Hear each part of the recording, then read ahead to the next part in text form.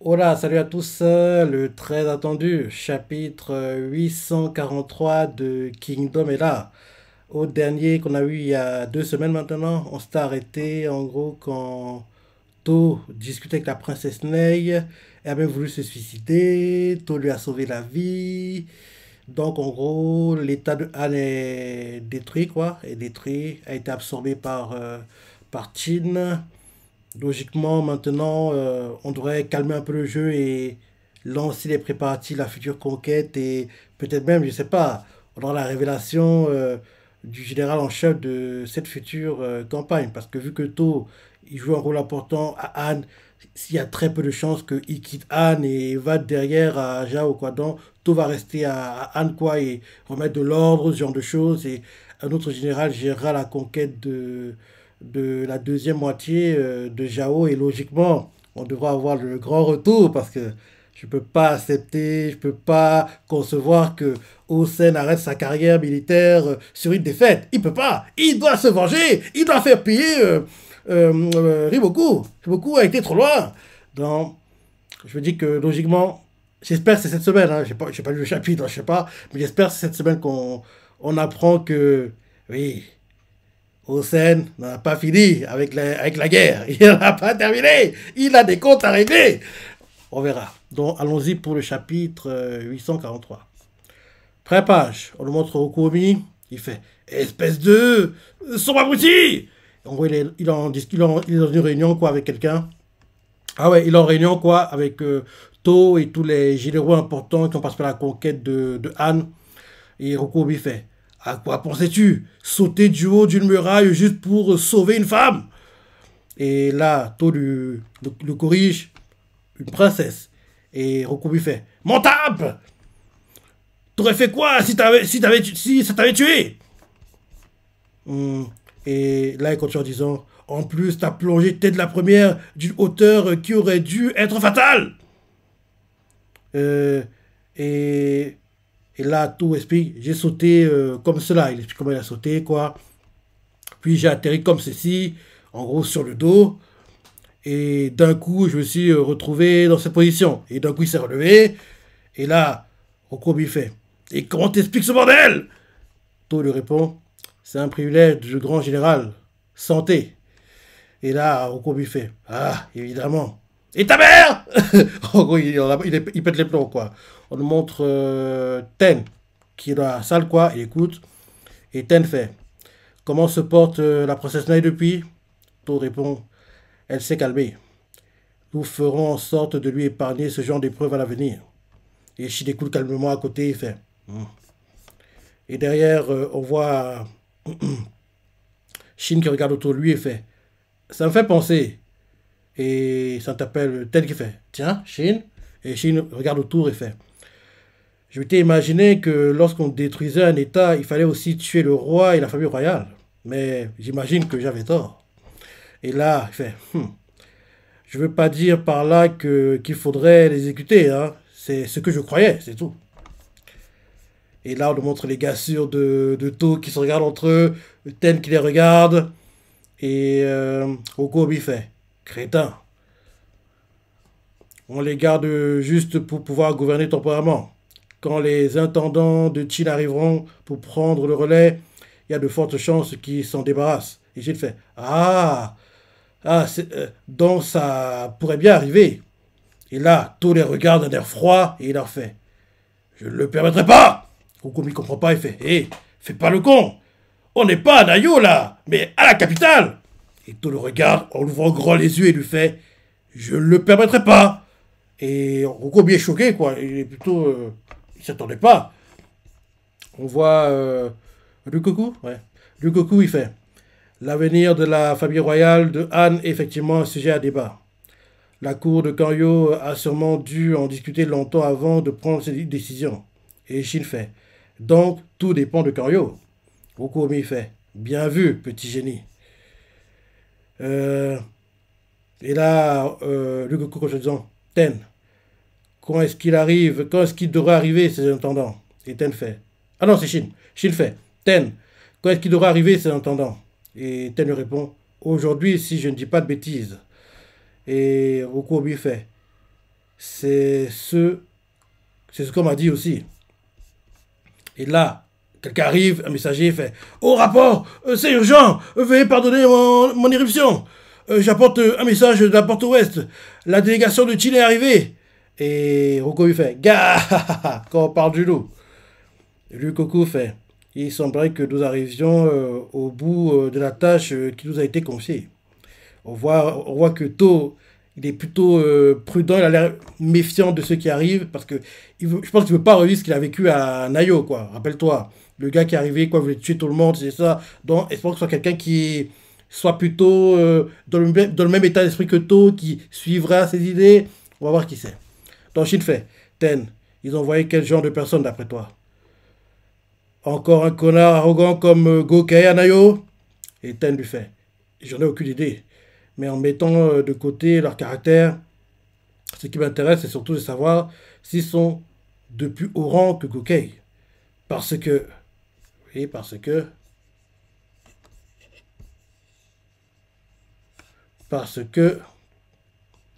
c'est quand même eux qui vont gouverner sur cette vaste contrée qu'est Han. Et là, on demande des pieds, ils font: Eh bien, non! Shuekun! Shuekun, carrément! C'est Shuekun! Shuekun, c'est pas Rishi? Si, c'est lui, c'est eux! Non! Shin ne blague pas, hein. Ils envoient carrément Shuekun. Parce que, pas bien, Shuekun, il sort quasiment jamais de Chin, hein. Il reste tout le temps à Chin, il fait des stratégies à distance, et ceux sur le terrain gèrent les choses, quoi. Là, qu'ils sortent, c'est que oui, c'est très, ça montre à quel point Anne a une importance de dingue, quoi. Parce que, en général, Shuekun, il va pas sur le terrain. Il donne des directives, quoi. Il délègue, et lui, à distance, il écoute ce qui se passe, quoi. C'est rare qu'il aille sur le terrain, quoi. Donc, que Shuekun vienne en personne, ça montre que oui, c'est très, très, très important. Donc, oui, Shuekun, on dirait Shuekun et Rishi, hein, et un autre. Donc, Rishi fait: Alors, voilà Shintei, ancien capital du royal de Han. Sa splendeur dépasse de loin ce que j'avais imaginé. Et là, on a le titre du chapitre qui est Une grande nation fondée sur le droit. Et là, en gros, on voit, ils vont au palais, quoi, de Han, tous les ministres de Han, ceux de Qin qui viennent d'arriver de Ganyo. Et là, on voit, en gros, tous, en gros, les ministres de Han, quoi, qui s'inclinent devant ceux de Qin. Et on voit Shueikun qui les regarde. Il a tout fait. La décision concernant le destin de la famille royale de Han ne fut prise qu'au tout dernier moment par la cour de Kanyo. Ce délai était dû à une divergence d'opinion entre la faction prônant son exécution afin d'éliminer toute trace de rébellion et Shueikun qui militait en faveur de leur survie. Ce dernier avança l'argument qu'exterminer la famille royale ne ferait qu'attiser la colère des 5 États restants, les incitant ainsi à se battre férocement jusqu'au bout. L'opposition rétorqua en clamant qu'avant de s'occuper des 5 autres royaumes combattants, il fallait déjà se demander comment gouverner Han en tant que territoire de Qin. La menace d'une insurrection paraissait donc plus importante. Bien que le camp en faveur de l'exécution était en écrasante supériorité numérique, Shueikun refusa de céder. Ainsi, la décision finale fut laissée au roi Heisei. Là, retour au présent, Shueikun devant les ministres de Han, et il leur fait: Le 31e roi de Qin, Sa Majesté Heisei, a pris sa décision quant au sort de la famille royale de Han. On voit le premier ministre de Han, quoi, la princesse Day, tous, quoi, ils sont en train de paniquer, ils ont l'air stressés, quoi. Et Shueikun leur fait: Elle vivra et servira en tant que citoyenne du royaume de Qin. Bien entendu, elle sera déchue de ses titres royaux, mais conservera son rang en tant que maison noble. Et ils sont choqués d'entendre ça, ils commencent à pleurer tous, quoi. On les voit tous qui sont las, heureux de ne pas mourir. Et la princesse Nei, elle regarde To lui sourit. Et Shueikun continue en disant: Sa Majesté a également annoncé qu'elle se rendrait un jour à Shintei pour y effectuer une visite. Et quand ce moment viendra, elle voudra s'entretenir avec vous afin de construire un nouvel État ensemble. Mhm. Et là, on les voit tous, quoi, le roi, la princesse Tay, les ministres qui s'inclinent. On voit Okomi qui est plutôt content, et Shin aussi, il fait hé hé. On voit Rishi qui regarde autour de lui, et il fait, à présent, si vous le permettez, j'aimerais également dire un mot. Je suis le responsable de la législation et de l'administration de la cour de Chine. Mon nom est Rishi, le gardien de la loi. Et là, tout le monde regarde Rishi. Et il continue en disant, cette terre de Han a une valeur importante dans mon cœur. Elle est la nation qui a vu naître le grand légiste Kampishi. J'étais l'un de ses condisciples lorsque nous étudions auprès de notre maître. La princesse Snake entend ça, c'est dans sa tête. Ah oui, Rishi de Qin, l'un des maîtres en matière du légisme que Kampishi révérait. Rishi continue de parler et fait. Ainsi, je connais mieux que quiconque l'étendue de son génie. Ce même Kampishi fut victime d'un complot qui mena à sa mort en Chine. Mais je reviendrai sur cet événement une autre fois. Ce n'est pas le point que je veux aborder aujourd'hui. Non, je souhaite parler du fait que malgré la présence d'un tel prodige à sa cour, l'État de Han n'en a pas fait usage et est demeuré une nation confucienne. Cependant, je vous prie de ne pas méprendre mes intentions. Je ne vous accuse de rien. Tout cela appartient au passé. À partir de ce jour, les citoyens de Han ne devront plus vivre en suivant les préceptes du confucianisme, mais la loi de Qin. Je conçois que ce changement fondamental de doctrine puisse accentuer la détresse et la douleur de ceux qui ont perdu leur pays. Je redis. À partir de ce jour, les citoyens de Han ne devront plus vivre en suivant les préceptes du confucianisme, mais sous la loi de Qin. Je conçois que ce changement fondamental de doctrine puisse accentuer la détresse et la douleur de ceux qui ont perdu leur pays.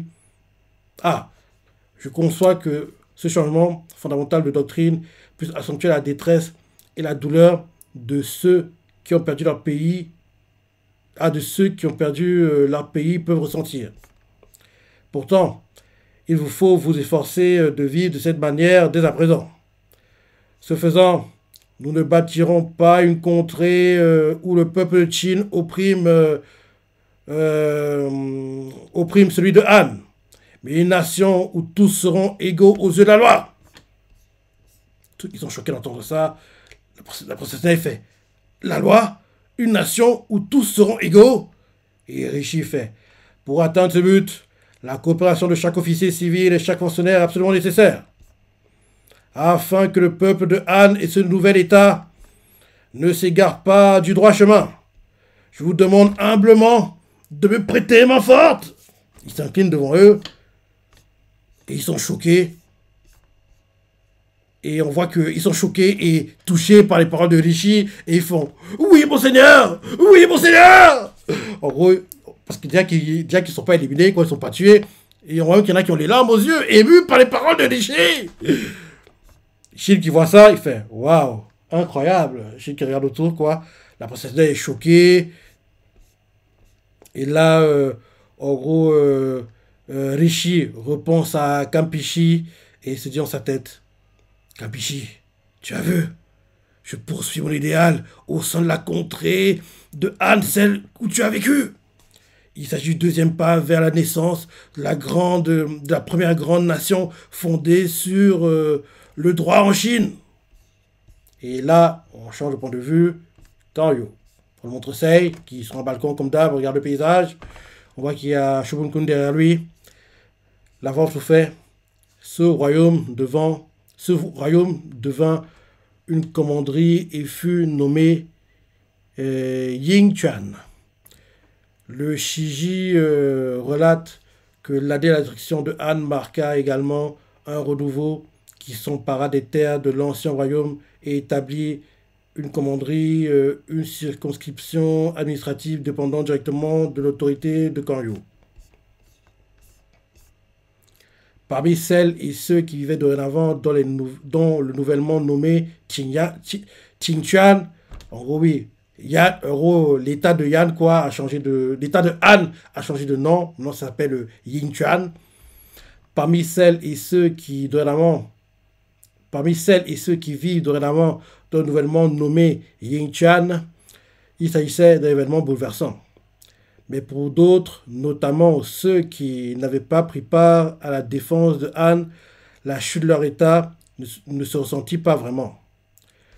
Aux confins des frontières, certains ignoraient même qu'une guerre d'une telle ampleur s'était produite.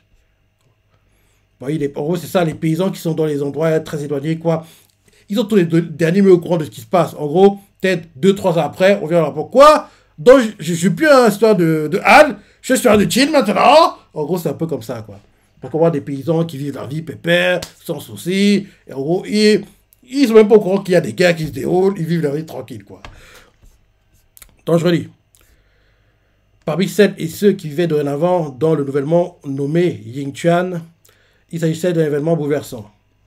Mais pour d'autres, notamment pour ceux qui n'avaient pas pris part à la défense de Han, la chute de leur État ne se sentit pas vraiment. Aux confins des frontières, certains ignoraient même qu'une guerre d'une telle ampleur s'était produite. Plus l'endroit était éloigné de Shintei, moins l'information était vérifiable et apparaissait donc comme une simple rumeur. Cela provoqua une grande confusion dans nombre de villages. Craignant la répression de l'armée de Qin, d'innombrables réfugiés abandonnèrent leur foyer pour fuir. Bien sûr, certaines régions tentèrent de se rebeller avec une poignée d'hommes pour contrer ces débuts d'insurrection. Bien sûr, certaines régions tentèrent de se rebeller avec une poignée d'hommes. Pour contrer ces débuts d'insurrection, des bataillons de pacification furent formés, composés de civils et de militaires envoyés depuis Shintei. Ils luttèrent afin de persuader les rebelles de déposer les armes. Ce fut la première collaboration entre Qin et Han afin de détruire les graines du chaos qui germaient ça et là sur le territoire. Ensuite, on change de point de vue. Shintei, on nous montre To, qui on regarde le paysage, et on voit qu'il y a Shuai-kun qui arrive et lui fait Général To. Et là, To le voit et fait ministre des Armées. Quelle curieuse coïncidence. Je pensais justement à aller vous voir. Et Shuai-kun lui fait vous avez brillamment réussi à mener cette difficile campagne jusqu'à son terme. En tant que chef suprême des armées et en tant que chancelier, je tiens à vous adresser mes plus sincères félicitations et remerciements. Et To lui fait un instant, je vous prie. Parce que vu comment il parle, on dirait qu'il veut le remercier et lui dire que oui, t'as plus rien à faire ici, je peux partir. Et To fait un instant, je vous prie. Que direz-vous d'inviter Rokuomi, Ryukoku et surtout Rishin avant de continuer d'autres discussions? J'aimerais aborder un sujet important avec vous, mais également avec eux. Qu'est-ce qu'il veut? C'est très bizarre ça. Et là, c'est la fin du chapitre chez Shanome. Quelle déclaration To compte-t-il faire? 3 petits points pour l'interrogation.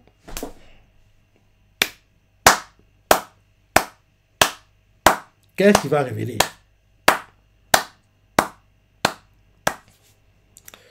Ouais, comme d'hab, il était très calme, mais comme d'hab, très bon chapitre de Kingdom par Hara Sensei. Très bon chapitre. Ouais, j'ai hâte de savoir ce qu'il veut dire. Hein. Qu'est-ce qu'il veut révéler? Hein, To, qu'est-ce que tu manigances? Et on dirait vraiment que, vu la tête que tire Shuai-kun, on dirait qu'il veut remercier To et lui faire merci pour le travail, c'est bon, t'es rappelé à Kanyo, entre guillemets. On dirait que c'est ça qu'il veut faire, mais vu la tête de To, on dirait que To veut pas partir, quoi. Il se dit, je pense qu'il se dit que c'est pas encore le moment de quitter Han, il y a encore des choses à faire, quoi.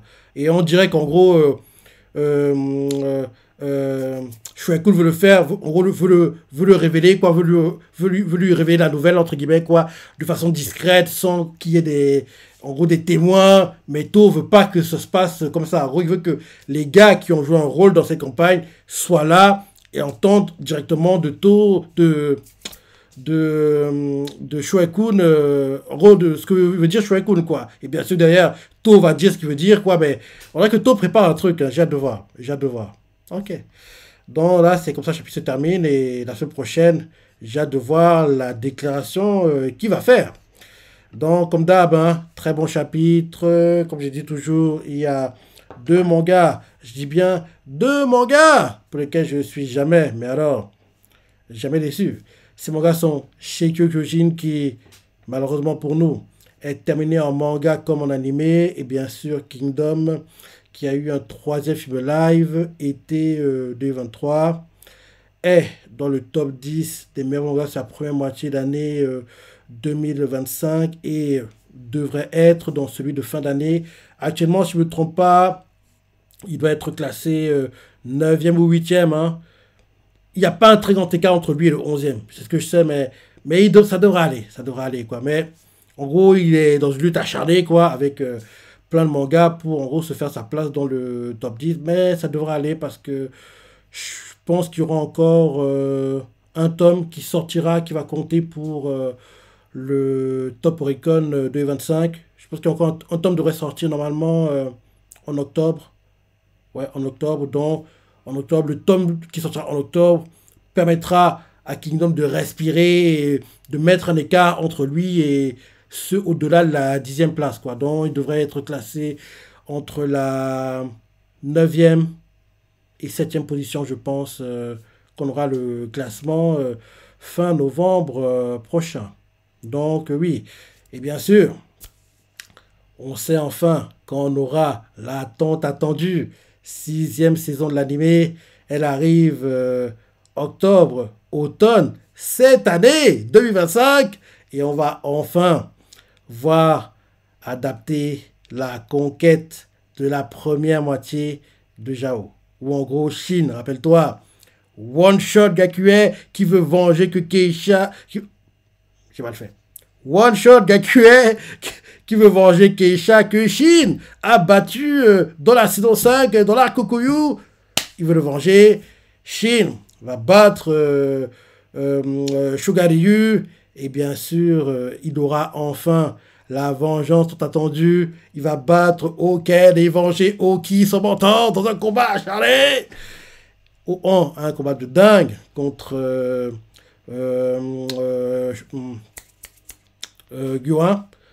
Ou un combat, oui, contre Gyoin, quoi. Il a un combat de dingue contre lui. Et bien sûr, le truc le plus choquant de tous, Eki. J'ai dit bien Eki a une victoire. Je dis pas un combat, parce qu'il faut différencier les choses. Il a une victoire de dingue contre Roseau, le roi des Kanrogs, comme je l'appelais, le roi des sauvageons. Il a un combat de dingue contre Roseau, le roi des Kanrogs, quoi.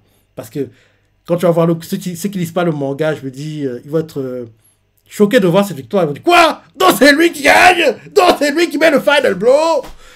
Parce que quand tu vois le combat, tu dis, non, même si le roi Fego galère, il va avoir en gros retournement de situation, il va gagner. Tu t'attends pas à ce que ce soit Eki qui mette le final blow et qui batte Roseau. Même Roseau, il pensait pas qu'il allait être battu par un mauvais, quoi. Parce que même Roseau, quand il perd, on voit qu'il est dégoûté, quoi. Parce que au moins, s'il perd contre le roi Fego, entre guillemets, il a perdu contre un grand guerrier. Mais être battu par Eki, c'est la honte. C'est la honte. Donc oui, j'ai hâte de voir tout ça. Mais l'arc est très très long. Hein. L'arc est très long, donc je pense qu'on aura... J'aimerais qu'on ait 4 à 5 cours, mais je ne sais pas pourquoi. Mais je sens qu'on aura 3 cours seulement. En gros, 39 épisodes. 39 épisodes pour adapter tout l'arc conquête de la première moitié déjà. Alors que pour moi, il faudrait minimum 50. Hein. Minimum 50 épisodes. Mais on aura 39, je pense. Donc oui, on verra tout ça. On sera fixé pour l'épisode fin septembre, début octobre. Et oui, j'adore tout ça. Et logiquement, l'animation devrait être meilleure parce qu'on voit clairement que de saison en saison, l'animation s'améliore, elle est de mieux en mieux, de meilleure qualité. Il y a de moins en moins de censure aussi. Je pense qu'ils ont pris conscience que Kingdom, il doit avoir en gros du sang, des bras coupés. Il faut montrer, il faut montrer. Ceux qui regardent Kingdom, ils vont pas avoir peur, c'est bon. Ils savent quoi ce qui se passe. Donc, il faut montrer les choses, quoi. Mais comme je l'ai dit par deux fois, j'adorais que à un moment, l'animation de Kingdom atteigne celle qu'on avait pour Vinland Saga, mais ça n'arrivera jamais, malheureusement. Une animation de ce niveau-là, c'est très compliqué à faire, quoi. Et je vois pas Pierrot mettre autant de moyens pour que, oui, l'animation atteigne ce niveau-là pour Kingdom, quoi. Ouais. On verra. Mais de sûr, l'animation devrait être meilleure que celle en saison 5. En gros, de saison en saison, ça s'améliore. Dans l'animation de la saison 6 et la censure, en gros, iront dans le bon côté, quoi. En gros, meilleure animation, moins de censure. Donc, de saison en saison, ça s'améliore. Donc, c'est le plus important, entre guillemets. Donc, j'ai hâte de voir tout ça cet automne, quoi. Parce que j'ai hâte de voir la conquête, la première de Jao, Chine, les combats. Bref, ce sera dingue. Ce sera dingue. Donc, comme je disais plus tôt, très bon chapitre. Tu as pensé, les parties que tu as préférées, là tes commentaires, like et. Allez, salut!